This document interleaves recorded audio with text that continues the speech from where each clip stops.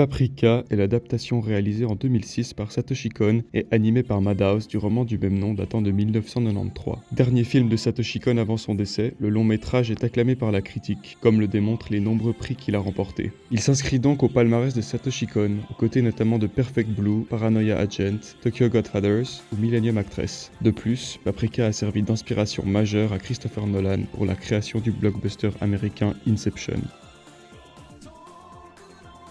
Paprika a un synopsis à première vue plutôt simple. Une société a développé un appareil permettant de se plonger dans les rêves d'autrui à des fins psychothérapiques, le DC Mini, qui a été volé par quelqu'un qui commet ce qu'on pourrait appeler du terrorisme mental ou psychologique. Nos protagonistes vont donc tenter de démasquer et d'arrêter le coupable. Il faut toutefois ajouter à cette intrigue une seconde. Un des patients traités par le DC Mini, un détective du nom de Konakawa, essaye de comprendre la cause d'un rêve anxiogène auquel il est fréquemment confronté.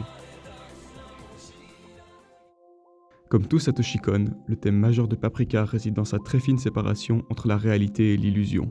Il en résulte alors une œuvre dont les qualités premières sont ses aspects imaginatifs et créatifs, ces derniers étant appuyés par l'excellente animation et direction artistique dont le long métrage bénéficie, permettant aux idées de prendre vie. Malheureusement, on se sent submergé par toute cette imagerie. L'histoire en est presque écrasée par le style. Par conséquent, il est difficile pour le spectateur d'accrocher à l'écriture ou au personnage, d'autant plus avec une introduction plutôt lente et qui surtout s'égare.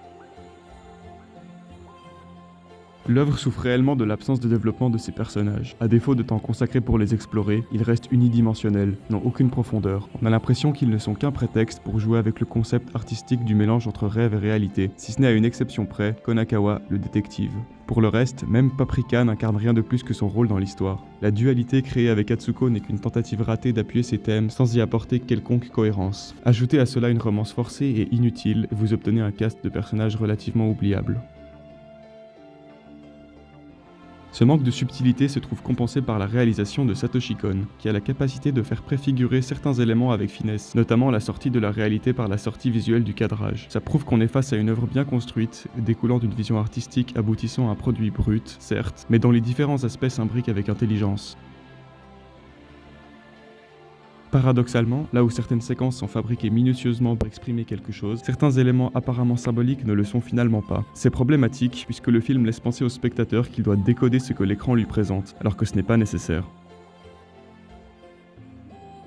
Difficile de parler de Paprika sans mentionner l'OST très particulière de Susumu Hirasawa, l'auteur des bandes originales des adaptations de Berserk. L'originalité et la créativité dont elle fait preuve, en accord avec le message de l'anime, ne peuvent être que saluées. Paprika a donc ses mérites, sans aucun doute, et ils sont plutôt évidents. Une animation aux petits oignons, une OST extrêmement créative et une réalisation fine. Mais ça ne suffit pas à en faire un chef-d'œuvre. En effet, il est bien trop facile de crier au génie à la moindre sortie esthétiquement plaisante d'un réalisateur brillant. Même si Satoshi Kon reste une légende du film d'animation japonais, sa dernière œuvre n'est pas la consécration de son art. Dans un long métrage qui se veut plus complexe qu'il ne l'est réellement, et où l'intrigue secondaire s'avère mieux construite et plus captivante que l'intrigue principale, il ne parvient pas à mettre le scénario et les personnages au premier plan. Là où Perfect Blue faisait preuve d'un dosage entre style et contenu plus habile, Paprika échoue, mais son visionnage reste tout de même incontournable pour toute personne s'intéressant à l'univers de l'animation japonaise. C'est pourquoi je lui octroie la note de 6,5 sur 10. Si cette vidéo vous a plu, pensez à liker ou à vous abonner.